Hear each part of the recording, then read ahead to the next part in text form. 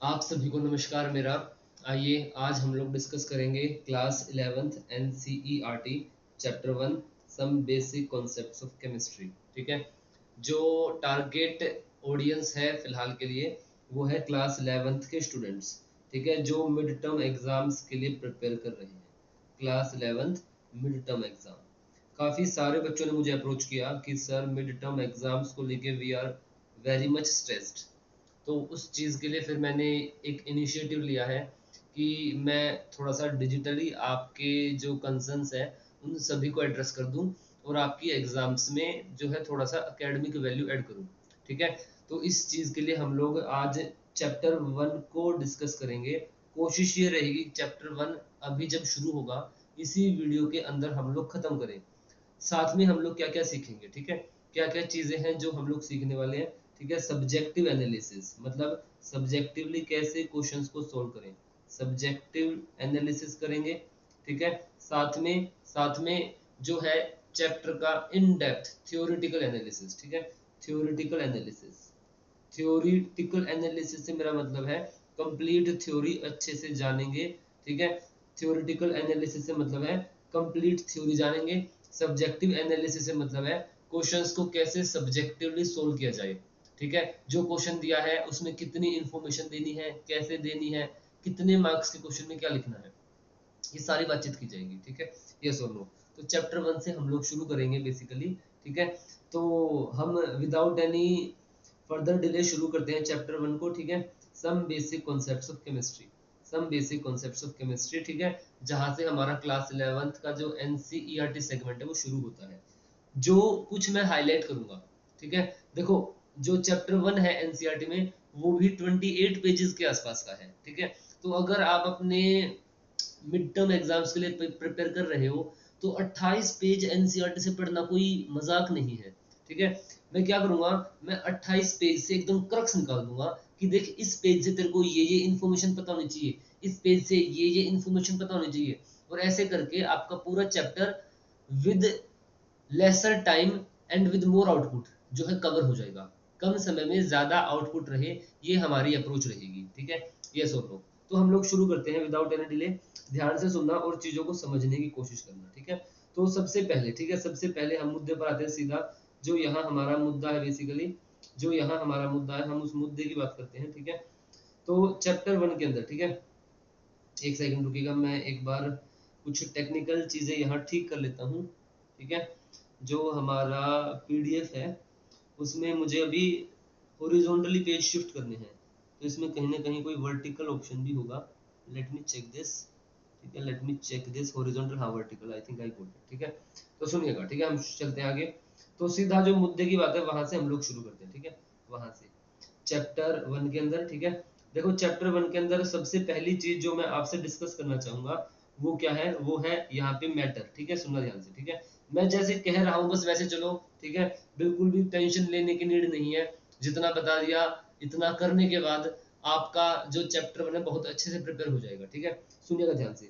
सबसे पहली बात हमें मैटर की बात करनी है। ठीक है, मैटर, मैटर क्या होता है, anything which has mass and occupies space is called matter. ठीक है, ऐसा क्यों है कि हम सबसे पहले मैटर की बात करते हैं। देखो केमिस्ट्री मींस केमिकल रिएक्शन। ठीक है, केमिस्ट्री मींस केमिकल रिएक्शन, यहाँ देख लो एक बार, केमिस्ट्री मींस केमिकल रिएक्शन। और एक बात बताओ, केमिकल रिएक्शन में क्या होता है, केमिकल रिएक्शन में क्या होता है, केमिकल रिएक्शन में कोई रिएक्टेंट है जो प्रोडक्ट में जा रहा है। तो अगर आपको केमिस्ट्री को पढ़ना है तो केमिकल रिएक्शन को पढ़ना होगा। केमिकल रिएक्शन को पढ़ना है तो आपको रिएक्टेंट और प्रोडक्ट के बारे में जानकारी चाहिए, और रिएक्टेंट और प्रोडक्ट अल्टीमेटली मैटर ही तो है। तो इसलिए हम लोग सबसे पहले मैटर की बात करते हैं। ठीक है, किसकी बात करते हैं, मैटर की। ठीक है, तो सबसे पहले क्या आ गया हमारे पास, matter anything which has mass and occupies space, yes और नो। ठीक है, यस और नो। तो जैसे हम अपने आसपास एग्जांपल्स देखते हैं। ठीक है, पेंसिल, टेबल, चेयर, पानी, एक्सेट्रा, ये सभी चीजें क्या हमारे पास, ये सभी चीजें मैटर है, ये सभी चीजें क्या है, मैटर है, यस और नो। ठीक है, इसके बाद सबसे पहले क्या जानेंगे हम लोग, स्टेट्स ऑफ मैटर। ठीक है, स्टेट्स ऑफ मैटर मतलब मैटर किस किस स्टेट्स में एग्जिस्ट करता है, सॉलिड, लिक्विड और गैस। ठीक है, एक होमवर्क है आपके लिए। ठीक है, अभी मैं ये नहीं बताऊंगा, मैं आपको जरूर जरूर बताऊंगा, लेकिन ठीक है, क्या है होमवर्क, आप मुझे क्या बताओगे कि स्टेट, स्टेट वर्सेस फेज में क्या डिफरेंस है, स्टेट वर्सेस फेज। ठीक है, एक वर्ड होता है फेज। ठीक है, तो स्टेट और फेज में डिफरेंस क्या है, ये होमवर्क आपके लिए रहेगा। गूगल कर लो, कुछ कर लो, अपने टीचर से पूछ लो, ठीक है। मैं आपको खुली आज़ादी दे रहा हूँ, जिससे पूछना पूछ लो, ठीक है। मैं 80 to 90% श्योर हूँ जो आंसर मुझे चाहिए, जो एक्यूरेट आंसर है, वो आप नहीं बता पाओगे, बट मैं आपको समय दूंगा, ठीक है। और मैं वेट करूंगा कि आप मुझे गलत साबित करो सही आंसर देकर, ठीक है। एनीवेज आगे चलते हैं। तो सबसे पहले नेचर ऑफ मैटर, ठीक है। मैंने सबसे पहले मैटर डिफाइन किया, anything which has mass and occupies space, examples आ गए। फिर स्टेट्स ऑफ मैटर, तीन प्रकार की स्टेट्स हैं, सॉलिड, लिक्विड, गैस, ठीक है। अब ना सॉलिड्स जो है हमारा, सॉलिड्स के अंदर क्या होता है, सुनना ध्यान से। सॉलिड्स के अंदर जो है टाइट पैकिंग होती है, पार्टिकल्स काफी क्लोजली पैक्ड होते हैं, ठीक है। लिक्विड्स हैं, गैसेस हैं, ठीक है। पहले हम जो मेन वर्ड्स हैं वो हाईलाइट कर देते हैं, ठीक है। Solids have definite volume, definite shape. Liquids have definite volume but not the definite shape, yes और नो, ठीक है। और gases have neither definite volume nor definite shape. यहाँ पर अभी मैंने टाइट पैकिंग की बात की थी, तो देखो सॉलिड्स के अंदर आपको कितनी क्लोज पैकिंग देखने को मिल रही है, ठीक है। और मैं बात करता हूँ किसकी, मैं बात करता हूँ लिक्विड की, ठीक है। लिक्विड के अंदर थोड़ा सा लूज पैकिंग है, ठीक है, थोड़ा पार्टिकल्स दूर दूर है। गैस में और ज्यादा दूर है, ठीक है, ये सुन लो, गैस में और ज्यादा दूर है। तो सबसे पहले गैस में पार्टिकल्स दूर दूर है, ठीक है। लिक्विड में थोड़ा सा पास है, सॉलिड में और ज्यादा पास है। तो एक पॉइंट यहाँ हम क्या ऐड कर सकते हैं, ठीक है। वैसे लिखा भी होगा, लिखा भी होगा हमारे पास कहीं ना कहीं, ये जो पॉइंट है, ठीक है, वो क्या है, ये यहाँ पे है, देखो ये, ठीक है। सॉलिड्स के अंदर, ठीक है, मैं इसको रब कर देता हूँ, फिर से दिखाता हूँ क्या, कौन सा पॉइंट। सॉलिड्स के अंदर हमारे पास क्या है, there is not much freedom of movement, यानी कि पार्टिकल्स बहुत पास है, ठीक है। इसको हम लिख देते हैं अलग से, tight packing, tight packing of particles, tight packing of particles, ये सुनो, ठीक है, ये सुनो। अगर बात की जाए लिक्विड्स की, तो लिक्विड से केस में क्या है, सुनना ध्यान से, ठीक है। लिक्विड से केस में क्या है, लिक्विड्स में यहाँ पे लिखा हुआ है particles are close to each other but they can move.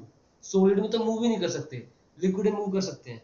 Gases case में पार्टिकल्स क्या है, बहुत दूर दूर है, ठीक है।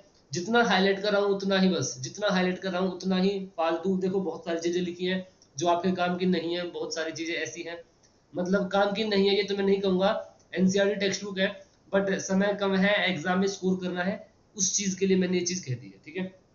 आगे चलते हैं, ठीक है। तो ये चीज समझ में आ गई यहाँ पे जो हमने हाईलाइट किया। फिर यहाँ डायग्राम आ गया, डायग्राम से हमने बता दिया, ठीक है। अब देखो यहाँ पे सिंपल सी बात है, ये तो एक 6th क्लास के बच्चे को ही पता होगा जो हाईलाइट किया। सॉलिड को हीट कर दो लिक्विड बन जाएगा, लिक्विड को हीट कर दो गैस बन जाएगा, गैस को कूल कर दो लिक्विड, लिक्विड को कूल कर दो सॉलिड, ठीक है। सुनिए फिर आगे चलते हैं, हम क्या करते हैं, फिर मैटर को क्लासिफाई करते हैं। क्लासिफिकेशन ऑफ मैटर बहुत इंपॉर्टेंट है, ठीक है। क्लासिफिकेशन ऑफ मैटर, तो क्लासिफिकेशन में टेबल देख लो, यहाँ पे मैटर है सबसे पहले। मैटर को किस में कन्वर्ट किया है, मिक्सचर्स और pure substance. Mixtures, homogeneous, heterogeneous, pure substance, elements और कंपाउंड्स, ठीक है। मैं इस क्लासिफिकेशन को थोड़ा सा और आगे लेकर चलूंगा। एलिमेंट्स को मैं फर्दर क्लासिफाई कर देता हूं, metals, non metals, non metals और मेटलॉइड्स। विजिबल है ना, ठीक है। मेटलॉइड्स, ठीक है। Metals, non metals, metalloids, metals, non metals और मेटलॉइड्स, ठीक है। और इसी प्रकार से मैं कंपाउंड्स को भी क्लासिफाई करना पसंद करूंगा, ऑर्गेनिक कंपाउंड्स और इनऑर्गेनिक, ऑर्गेनिक और इनऑर्गेनिक, ठीक है। ये थोड़ा सा आप ऐड कर सकते हो, ठीक है। यहाँ पर थोड़ा सा और आपको थोड़ा सा ब्रॉडर व्यू मिल जाएगा कि हो क्या रहा है एग्जैक्टली, ये सुनो, ठीक है। तो आगे चलते हैं, ठीक है, आगे चलते हैं। सब यहाँ पर आगे क्लासिफिकेशन, ठीक है। मैटर, मिक्सचर्स में 2, होमोजेनियस, हेटेरोजेनियस, प्योर सब्सटेंस में एलिमेंट्स, कंपाउंड्स, एलिमेंट्स में again 3, metals, non metals, metalloids, और कंपाउंड्स में ऑर्गेनिक और इनऑर्गेनिक, ठीक है। आगे चलते हैं, ठीक है, आगे चलते हैं, आगे चलते हैं, ठीक है, सुनना ध्यान से, ठीक है, सुनना। अभी यहाँ पर हम लोग बात कर रहे थे पहले मिक्सचर्स की, ठीक है। तो मिक्सचर्स क्या होते हैं, ठीक है, सुनना ध्यान से, ठीक है। मिक्सचर्स थोड़ा सा जूम आउट कर लेते हैं, ज्यादा ही जूमिंग हो गया है, ठीक है। मिक्सचर्स क्या होते हैं, मिक्सचर कंटेन्स पार्टिकल्स ऑफ 2 और मोर प्योर सब्सटेंसेस, ठीक है। अच्छा एक और चीज, एक और चीज यहाँ पर, हाँ ठीक है, प्योर, ठीक है। तो मिक्सचर कंटेन्स पार्टिकल्स ऑफ 2 और मोर प्योर सब्सटेंसेस, यानी कि डिफरेंट प्योर सब्सटेंसेस को मिक्स कर दिया है, which may be present in it in any ratio, ठीक है, यस और नो। मुद्दे पर आते हैं, ठीक है। many of the substance present around us are mixtures, जैसे शुगर सॉल्यूशन का इन वाटर, एयर, चाय एक्सेट्रा, सब मिक्सचर्स हैं, ठीक है, यस और नो, सीधी सी बात है, ठीक है। मिक्सचर होमोजेनियस हो सकता है, हेटेरोजेनियस, ठीक है, होमोजेनियस और हेटेरोजेनियस। होमोजेनियस मिक्सचर में क्या कहा गया है यहाँ पे, होमोजेनियस में क्या कहा है, completely mix with each other, ठीक है, कंप्लीटली मिक्स। होमो मींस एक, ठीक है, होमो मींस वन, यानी कि डिफरेंट सब्सटेंसेस मिक्स होके एक ही फेज में बच गई है, ठीक है। यस और नो, ठीक है। This means particles of components of the mixture are uniformly distributed throughout the bulb, ठीक है। ये दूसरा मीनिंग हो गया है, मतलब आपने मिक्स किया, मिक्स होने के बाद जो मिक्सचर के कंपोनेंट्स हैं वो यूनिफॉर्मली डिस्ट्रीब्यूट हो गए। क्या हो गए? Uniformly distribute. जैसे पानी में चीनी मिलाई, ठीक है, यहाँ पर देख लो, ठीक है, पानी में चीनी मिलाई, पानी में जब चीनी मिलाई तो जब आप शुगर को डिजोल्व कर दोगे तो ऐसा नहीं होगा कि पहली सिप फीकी है दूसरी सिप टेस्टी है, सारी सिप्स में इक्वल टेस्ट आएगा, ठीक है। तो ये पानी है, वाटर में आपने मिलाई शुगर, वाटर में आपने मिलाई sugar, all sips will have same taste, all sips all sips will have same taste। क्यों होगा सेम टेस्ट? क्योंकि होमोजेनियस मिक्सचर है, क्योंकि होमोजेनियस मिक्सचर है। क्या है? Homogeneous mixture. यस और नो बोलो, बात समझ में आ गई? बात समझ में आ गई? यस और नो, ठीक है, यस और नो। अरे तुम भी बोलो, कोई डाउट है तुम लोगों को जो यहाँ बैठे हैं? ठीक है, कोई समस्या आ गई? ठीक है, ओके, चलिए सुनिए, आगे चलते हैं, ठीक है, आगे चलते हैं। तो अब इसमें जो अगली चीज आती है वो क्या आती है, सुनना प्लीज, ठीक है। तो फिर आता है हमारे पास शुगर सॉल्यूशन, ठीक है। शुगर सॉल्यूशन हमने एग्जांपल ले लिया होमोजेनियस में, यस और नो। हेट्रोजीनियस का हम बात करते हैं। हेट्रोजीनियस में क्या है, मतलब कि यूनिफॉर्म डिस्ट्रीब्यूशन नहीं है, ठीक है, सिंपल सी बात है। हेट्रोजीनियस का मतलब क्या है? हेट्रोजीनियस का मतलब क्या है? No uniform distribution, no uniform distribution, कोई यूनिफॉर्म डिस्ट्रीब्यूशन नहीं है, ठीक है। जैसे पानी में रेत, जैसे सैंड प्लस वाटर, यस और नो, ठीक है। सैंड सैंड रहेगा, पानी के साथ वो एक नहीं हो पाएगा। वो चीनी थी जो एक हो गई थी, लेकिन ये सैंड है, ठीक है। चीनी थी वो एक हो गई थी, लेकिन सैंड प्लस वाटर कभी एक नहीं हो पाएंगे, यस और नो, ठीक है। यस और नो, बात समझ में आ गई, ठीक है। हेट्रोजीनियस और होमोजीनियस, ठीक है। तो यहाँ पर जैसे एक एग्जांपल हम और ले लेते हैं, यहाँ पर जो लिखा हमारे पास, mixtures of salts, sugar, grains, pulses, ठीक है, इनको हेट्रोजीनियस बोल दिया गया है, ठीक है। इनको क्या बोल दिया गया? हेट्रोजीनियस मिक्सचर्स, ठीक है, यस और नो। आगे चलते हैं सीधा, ठीक है, आगे चलते हैं, ठीक है। अब प्योर सब्सटेंसेस की बात करते हैं। प्योर सब्सटेंसेस जो है वो डिफरेंट है मिक्सचर से, ये तो बच्चों वाली बात है, पता है हमको। आगे चलो, ठीक है। प्योर सब्सटेंस को हमने कैसे क्लासिफाई किया है? एलिमेंट्स और कंपाउंड्स, ठीक है, सीधा यहाँ पर आते हैं, एलिमेंट्स और कंपाउंड्स, ठीक है। अब ना एलिमेंट्स और कंपाउंड्स की बात करते हैं, ठीक है। देखो एलिमेंट को मैं नॉर्मली बच्चों को कैसे बताता हूँ, ठीक है, सुनना ध्यान से, ठीक है। एलिमेंट, ठीक है, मैं थोड़ा सा यहाँ पर बताता हूँ, ठीक है। आई थिंक मैं एक पेज ऐड कर लेता हूँ, या फिर लेट मी सी, कोई पेज ऐड करने का तरीका है क्या? ठीक है, पेपर, हाँ, तो यहाँ पर ब्लैंक पेपर हम लोग ऐड कर दें, हाँ ठीक है, ओके, ठीक है। थोड़ा सा जो है मैं आपको बताना चाहूँगा, ठीक है, यहाँ पे एलिमेंट्स को हम लोग कैसे सीखेंगे, ठीक है। एलिमेंट्स मैं क्या बोलता हूँ बच्चों को नॉर्मली, भाई देखो एलिमेंट की जब भी बात होगी ना, एलिमेंट्स, ठीक है, ये पीडीएफ आपको मिल जाएगी, ठीक है, ये पीडीएफ आपको मिल जाएगी, ध्यान रखना, ये पीडीएफ अवेलेबल हो जाएगी आपको, अभी सिर्फ सीखो, ठीक है। एलिमेंट्स, तो एलिमेंट्स की जब बात की जाएगी तो सिंपल सी बात है, ठीक है, डेफिनेशन पर मैं नहीं जाऊंगा, वो सभी चीजें जो पीरियोडिक टेबल में है, वो सभी स्पीशीज, वो सभी स्पीशीज जो पीरियोडिक टेबल में है, जो पीरियोडिक टेबल में है, वो सभी स्पीशीज जो पीरियोडिक टेबल में है, जो पीरियोडिक टेबल में है, उनको हम क्या बोलते हैं? उनको हम एलिमेंट्स बोलते हैं। क्या बोलते हैं?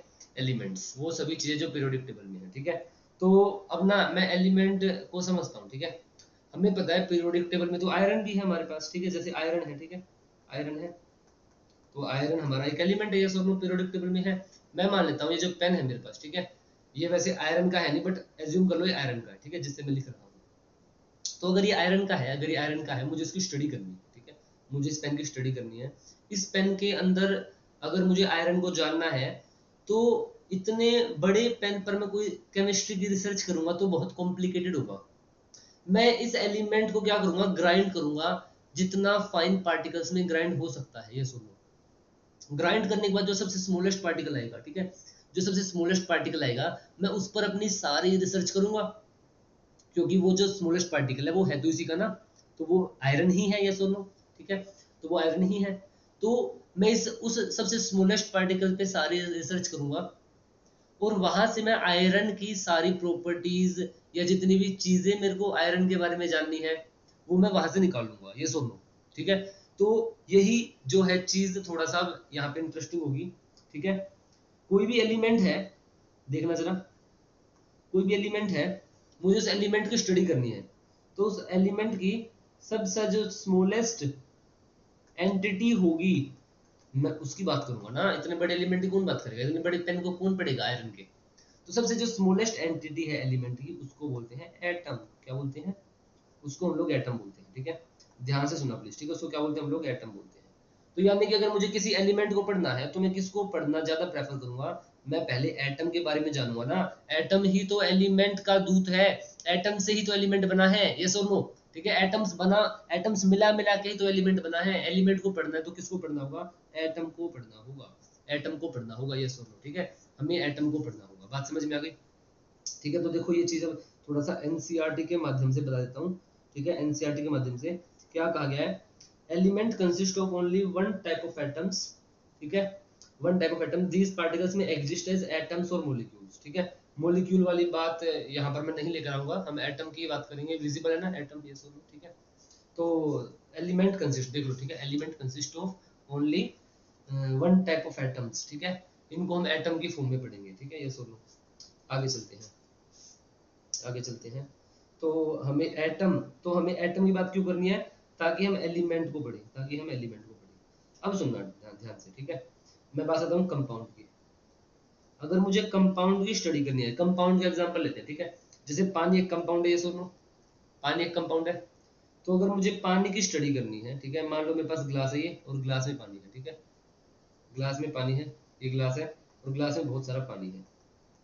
तो मुझे पानी की स्टडी करनी है, मैं क्या करूंगा? मैं इस ग्लास के अंदर से पानी का सबसे छोटा मॉलिक्यूल निकाल लूंगा, सबसे छोटी एंटिटी।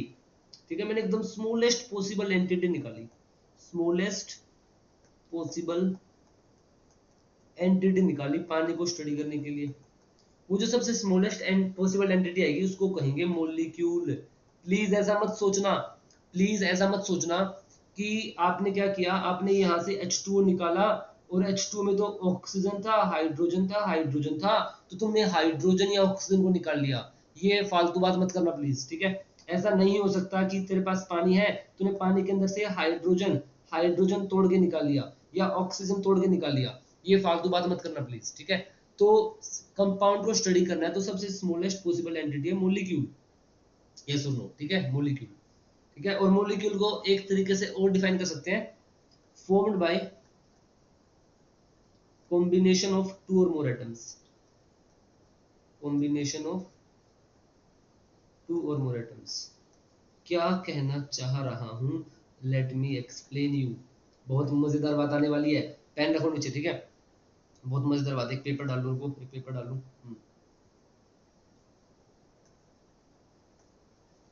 कैसे डलेगा extra paper? I think black हमें चाहिए ना, ब्लैक। ब्लैक, ब्लैक कहाँ है यार? कलर चेंज करते हैं यहाँ से। ठीक है, black, okay black, done, black.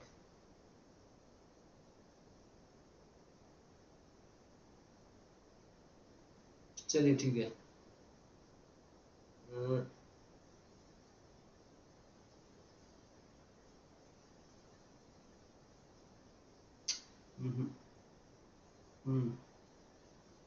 I need to add page. कहाँ से ऐड करूँगा? कहीं तो होगा यार ऑप्शन, ऐसा तो नहीं हो सकता, कहीं तो होगा। क्या यहाँ से हो सकता है? आई थिंक यहाँ से मैं ऐड कर सकता हूँ, इंसर्ट, है ना? Insert current. हाँ ओके, हो गया। ठीक है, हो गया। सुनिए, ठीक है, चलिएगा, सुनिएगा। ठीक है, तो मैंने अभी कहा आपको, सुनना ध्यान से, मैंने क्या कहा आपको? एलिमेंट को पढ़ना है, एलिमेंट को पढ़ना है तो उसकी smallest possible entity, smallest possible entity को पढ़ेंगे, और वो है एटम, वो है एटम। ठीक है, मुझे कंपाउंड को पढ़ना है। देखो जो बात बता रहा हूँ ना एनसीईआरटी से अलग, तुम 100% श्योर हो सकते हो, एनसीईआरटी से अच्छे से बता रहा हूँ। ठीक है, कंपाउंड को स्टडी करना है तो उसकी स्मॉलेस्ट पॉसिबल एंटिटी होगी, उसकी स्मॉलेस्ट पॉसिबल एंटिटी होगी, और उसकी स्मॉलेस्ट पॉसिबल एंटिटी क्या हो जाएगी? मॉलिक्यूल। सुनो सुनो सुनो सुनो, पेन रखना, पेन रख दो, पेन नीचे रखो, कैमरे से दिख रहा है सब। ठीक है, पेन नीचे रखो, तुम लोग पेन नीचे रखो। ठीक है, पेन नीचे रखो, सुनना ध्यान से। क्या बात यहाँ पर आ रही है? यहाँ पर बात ये आ रही है कि मैंने कहा भी मॉलिक्यूल कौन? जब to or more, to or more atoms combine करेंगे तो क्या बनेगा? मॉलिक्यूल बनेगा। क्या बोल दूं, compound will be formed by, क्या यहाँ से बोल दूं, सुनो सुनो सुनो, एलिमेंट से जब कंपाउंड की बात करेंगे तो सेम ही तो डेफिनेशन होगी ना, सेम ही तो होगी। टू और मोर एलिमेंट जब कंबाइन करेंगे, टू और मोर एलिमेंट जब कंबाइन करेंगे तो कंपाउंड बनेगा। टू और मोर एटम जब कंबाइन करेंगे मॉलिक्यूल बनेगा। अरे एटम जो है एलिमेंट का ही तो प्रतिनिधि है, एटम एलिमेंट का ही तो प्रतिनिधि है, यस और नो। मॉलिक्यूल कंपाउंड का ही तो प्रतिनिधि है। तो जब हमने कहा मॉलिक्यूल कौन, when to or more atom combine, तो कंपाउंड भी कौन होगा, when to or more element combine, yes और नो, यस और नो। ये डेफिनेशन नहीं लिखी तुम्हारी एनसीईआरटी में, और इससे अच्छी मस्त इंटरेस्टिंग डेफिनेशन कहीं नहीं मिलेगी तुम्हें। बोलो यस और नो, बात समझ में आई? बताइए। पसीना आ गया मेरे को, लेट मी हैव।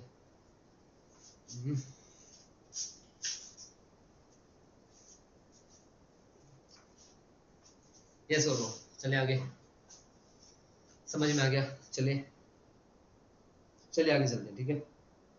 तो हमने बात कर ली एलिमेंट क्या होता है, कंपाउंड क्या होता है, एलिमेंट की भी क्लासिफिकेशन आ गई, ठीक है। कंपाउंड की ऑर्गेनिक और इनऑर्गेनिक हो गया, ठीक है। अब आगे चलते हैं, ठीक है। यहाँ पर अब जो अगली चीज आती है, ठीक है, पेज नंबर वाइज ही चल रहे हैं हम लोग। 6 नंबर पेज था ये, 5 नंबर, अच्छा एक 6 नंबर पेज आई थिंक हमने गायब कर दिया है। लेट मी चेक, गायब तो कहाँ ही हुआ होगा, यही होगा यार। 7, 7 के नीचे क्या 6,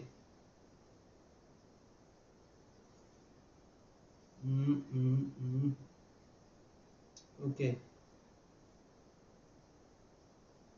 ठीक है। यहाँ तक बात समझ में आ गई है सोनू? यहाँ तक बात समझ में आ गई? बताइए बताइए, कोई दिक्कत यहाँ तक?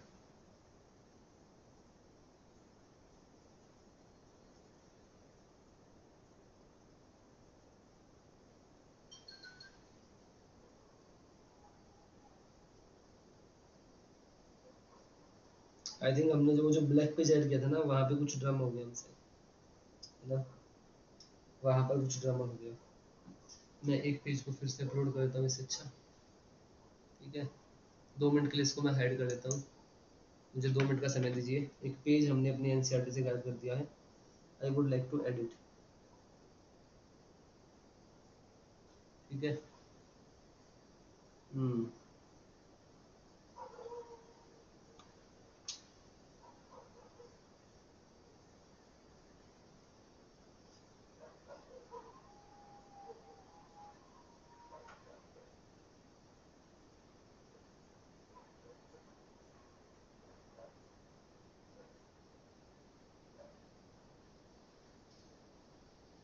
इंसर्ट, ओके,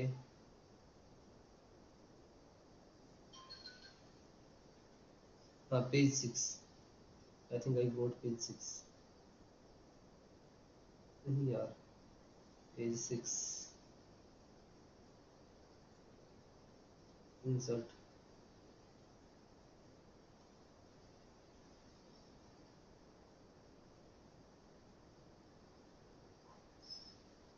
ठीक है। तो मैं इसको फोटो की फॉर्म में डाल देता हूँ, है ना। आप लोग 2x कर लेना जब ये वाला पार्ट आए, ठीक है। सर वो तो हम वैसे भी करेंगे, तुमसे यही उम्मीद है मेरे को, तुमसे यही उम्मीद है।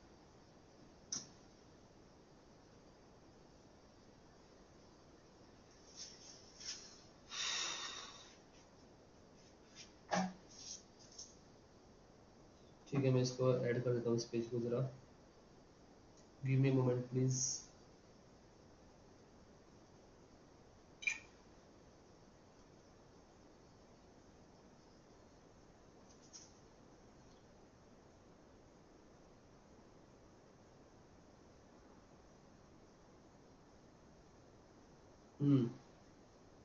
यहाँ तक कोई डाउट है किसी को तब तक? बोलिए अगर है तो, बोलिए अगर है तो। नहीं है ना? मैं पढ़ा रहा हूँ बेटा, कैसे डाउट होगी? बोलो यस और नो।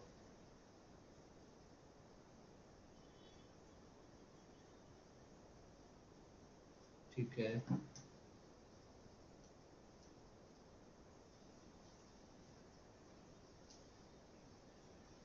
हम्म।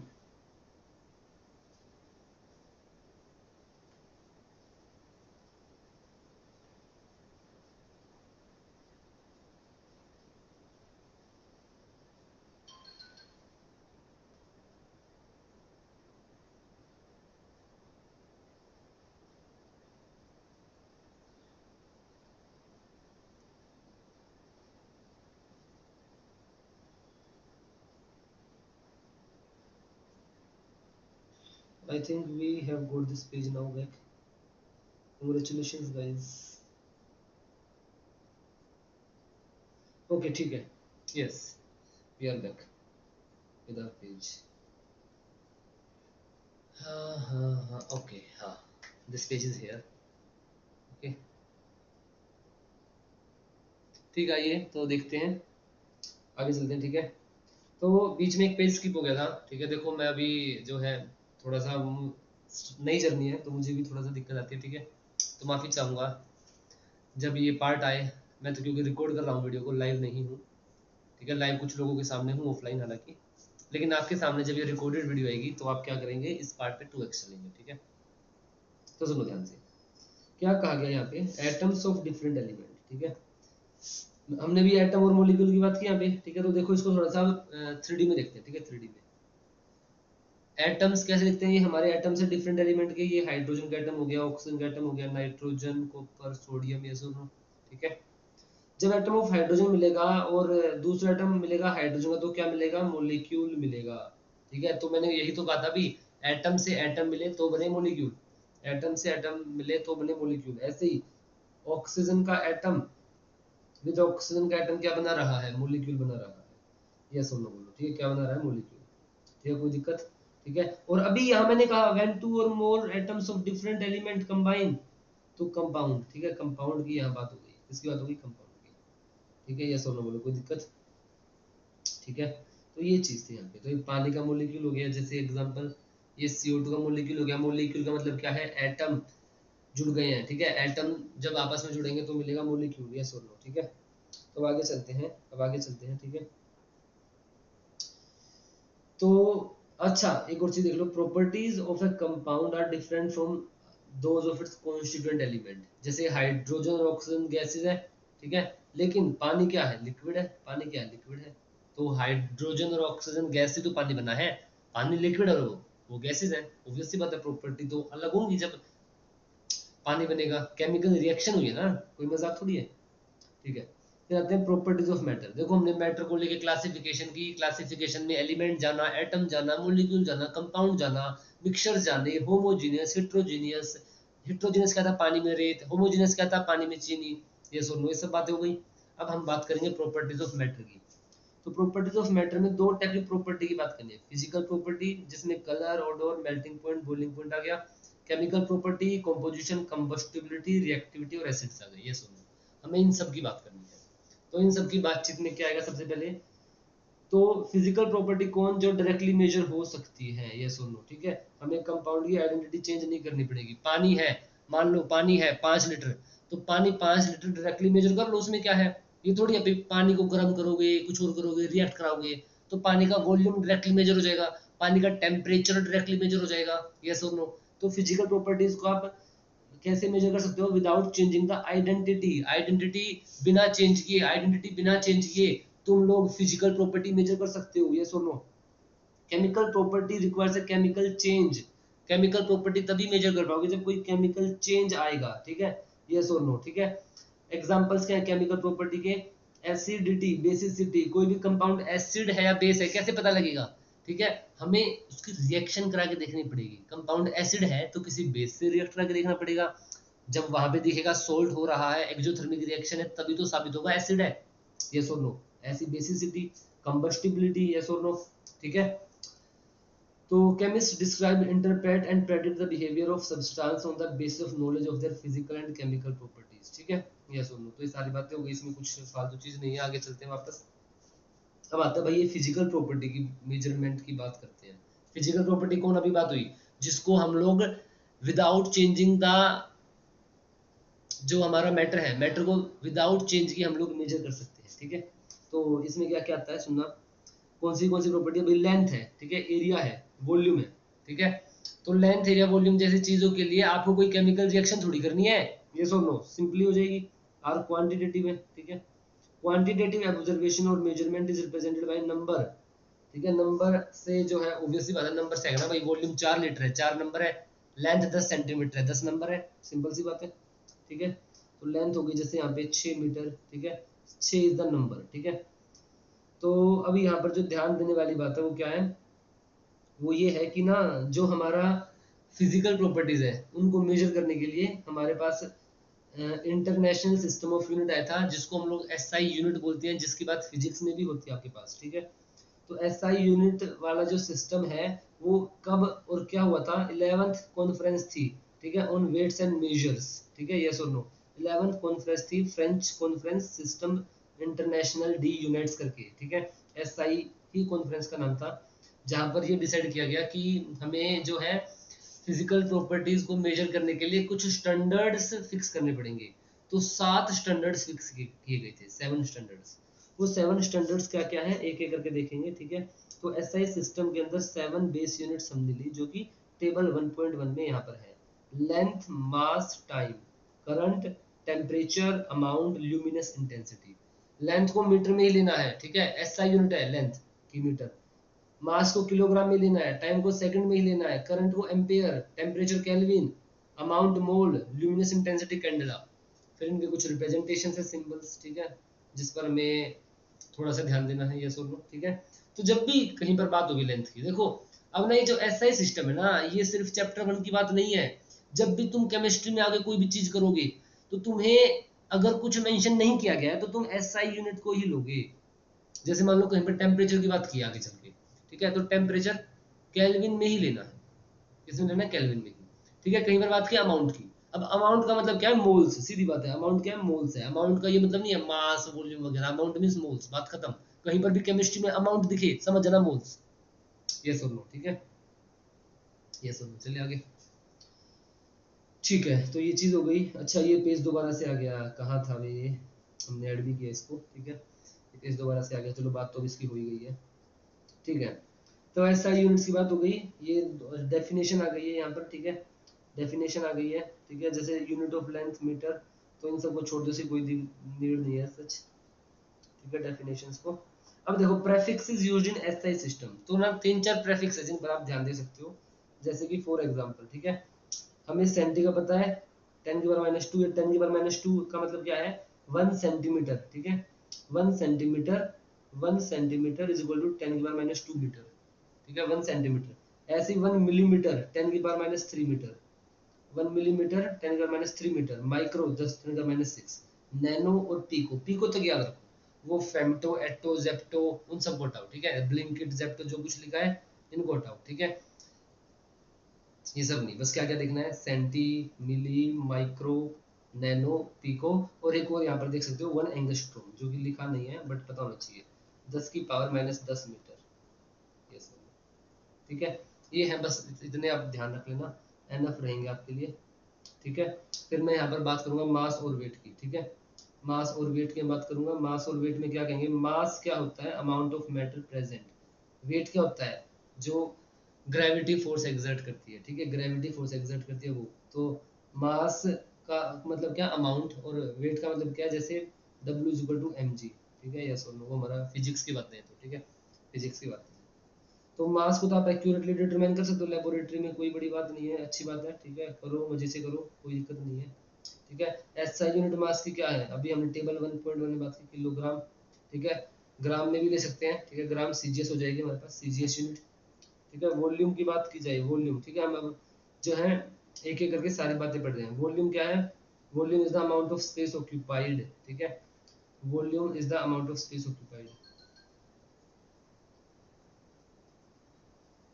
वॉल्यूम की यूनिट ध्यान रखना, 1 litre equal to 1000 ml, 1000 centimetre, ये चीज ध्यान रखना, ठीक है, यस और नो, ठीक है। तो यहाँ पर मैं लिख भी सकता हूँ 1 metre cube equal to 1000 litre, 1 centimetre cube equal to 1 ml, 1 centimetre cube equal to 10⁻³ litre, 1 decimetre cube equal to 1 litre, ठीक है, यस और नो, ठीक है। ये कुछ कन्वर्जन्स है जिन पर आपको ध्यान देना होगा, ठीक है, यस और नो बोलो, ठीक है, यस और नो। फिर टेम्परेचर की बात की जाएगी, टेम्परेचर के कन्वर्जन्स को ध्यान रखना होगा आपको, क्या क्या यूनिट्स हैं यहाँ पर, केल्विन वाला और degree Fahrenheit two degree Celsius वाला, इन दो का आप ध्यान रखोगे, ठीक है। वॉल्यूम मेजरिंग डिवाइसेस, ये लैब में आप यूज करते हो, volumetric flask, graduate cylinder, pipette, burette, हटाओ, इनको कुछ नहीं है, ठीक है। डेंसिटी की बात की जाती है, मास अपॉन वॉल्यूम, पता ही आपको। एसआई यूनिट क्या हो जाएगी, SI unit of mass 10 kilogram पर मीटर क्यूब, बोलो है ना, ठीक है, यस और नो। फिर टेम्परेचर की scales, kelvin, Celsius, Fahrenheit. Fahrenheit की ज़्यादा बात नहीं होती, हम ज़्यादातर बात करते हैं सबसे पहले केल्विन की, कभी कभार सेल्सियस की बात कर लेते हैं, ठीक है, यस और नो, यस और नो। टेम्परेचर की हम लोग बात कर चुके हैं, ठीक है। फिर साइंटिफिक नोटेशन आता है यहाँ पे, साइंटिफिक नोटेशन, ठीक है, एक सेकंड रुकिएगा प्लीज़, एक सेकंड रुकिएगा। हम लोग थोड़ा सा मेरा आईपैड की बैटरी डाउन है, ठीक है, मैं लगातार लेक्चर्स अपलोड करूंगा। इस चैप्टर को जो है अगले क्लास में या उससे अगले क्लास में, 3 क्लास में हम लोग खत्म कर देंगे, ठीक है। मैं उम्मीद करता हूँ यहाँ तक कोई दिक्कत नहीं हुई होगी। और बड़े मजे की बात है, अभी तो हमने मेन चीज शुरू भी नहीं करी है, मेन चीज अभी तो शुरू भी नहीं करी है, ठीक है, ये सुनो थोड़ा सा, अब हम आगे ही देखेंगे, ये सुनो, ठीक है, या थोड़ा सा और देख ले, बैटरी हल्की सी ही है वैसे, ठीक है, हल्की सी है बैटरी, ठीक है। साइंटिफिक नोटेशन देख लेते हैं, ठीक है, साइंटिफिक नोटेशन देख लेते हैं। देखो साइंटिफिक नोटेशन क्या होता है, बस लिखने का तरीका, ठीक है, सिंपल सी बात है, मत पढ़ना जो लिखा है, बस जो बता रहा हूँ सुन लो, ठीक है। नंबर को, नंबर को लिखने का तरीका, नंबर को लिखने का तरीका, लिखने का, नंबर को लिखने का तरीका, नंबर को लिखने का तरीका ही साइंटिफिक नोटेशन होता है, बस एक तरीका है जिससे हम इजीली चीज़ों को समझ सकते हैं, ठीक है। जैसे मान लो फॉर एग्जांपल मेरे पास नंबर है यहाँ पे, ठीक है, हम अगर एनसीईआरटी का एग्जांपल लें, मान लो कोई बहुत बड़ा नंबर है, ठीक है, ऐसा कोई नंबर है, तो इतना बड़ा लिखेंगे तो मतलब बड़ा ही कॉम्प्लिकेटेड हो जाएगा, तो उसको आसानी से छोटा करके लिखो, ठीक है। जैसे 6.02, ठीक है, 6.02 इंटू 10 की पावर 23, ठीक है, इस प्रकार से, ये वही नंबर आई थिंक, 1 2 3 4 5 6 7 8 9 10 11 12 13 हाँ वही है, ठीक है। तो 6.02 इंटू 10 की पावर 23 नंबर है जैसे, तो अब आप उसको ऐसे भी लिख सकते हो, और आप उसको चाहो तो ऐसे भी लिख सकते हो, ऐसे, ये दे रखा, ये लिखने में बड़ा महाभारत है, कौन लिखे यार ऐसे, इससे अच्छा ऐसे लिखो। तो बेसिकली कंक्लूजन क्या है, कोई भी नंबर है बहुत बड़ा जो, उसको x point Y Z into 10 की पावर k, इस प्रकार से लिखो, जहाँ पे x z और k क्या है, नंबर है, ये है रिप्रेजेंटेशन, साइंटिफिक नोटेशन। कोई भी नंबर है x point Y Z into 10 की पावर k करके लिखो, ज्यादा आसान रहेगा आपके लिए, क्या रहेगा, ज्यादा आसान रहेगा। इतनी सी बात है, इसमें कुछ और मत देखना, कुछ और नीड नहीं है। तो देखो यहाँ पे जैसे दे रखा है, एग्जाम्पल देख लो, ये नंबर है, इसको ऐसे लिख दिया, ठीक है, ये नंबर है, इसको ऐसे लिख दिया, ठीक है, ये एग्जाम्पल्स है यहाँ पर, ये सोल्व, ठीक है, ये साइंटिफिक नोटेशन है, ठीक है, ये हमारे पास क्या है, साइंटिफिक नोटेशन। बोलो बात समझ में आ गई, बात समझ में आ गई। तो गाइज मैं इस चैप्टर को एक क्लास में और या फिर 2 क्लास में और कंप्लीट खत्म कर दूंगा, जिसमें टेक्निकल चीजें, stoichiometry, mole concept, mass of an atom, atomic mass, molar mass, questions, subjective analysis सब होगा। सिंस पहली क्लास है तो मुझे बैटरी बैकअप का आइडिया नहीं था कितना यहाँ पर यूज हो रहा होगा, बट आप लोग यहीं रहिएगा, हम लोग दोबारा वापस मिलेंगे इस चैप्टर को कंप्लीट करने के लिए, और इस चैप्टर को करने के बाद फिर मिड टर्म के बाकी चैप्टर्स को भी करने के लिए, ठीक है। तो जिस इंजॉयमेंट से मैंने आपको पढ़ाया उसी इंजॉयमेंट से भी आपको पढ़ना होगा, और अपने सपनों को साकार करना होगा, अपने एग्जाम्स की तैयारी करनी होगी। थैंक यू सो मच, मिलेंगे हम लोग फिर बहुत जल्द, थैंक यू।